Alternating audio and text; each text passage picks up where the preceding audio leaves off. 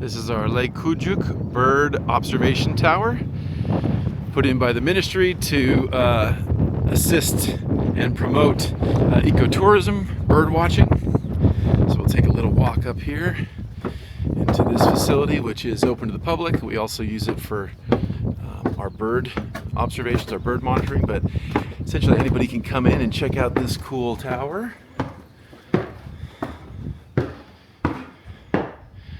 So we have a main viewing area here,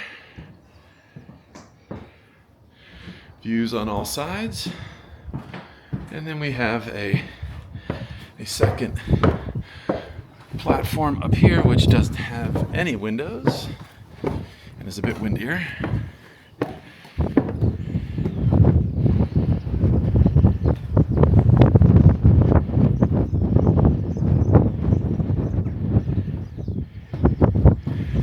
If you're really excited, you can go up on the roof.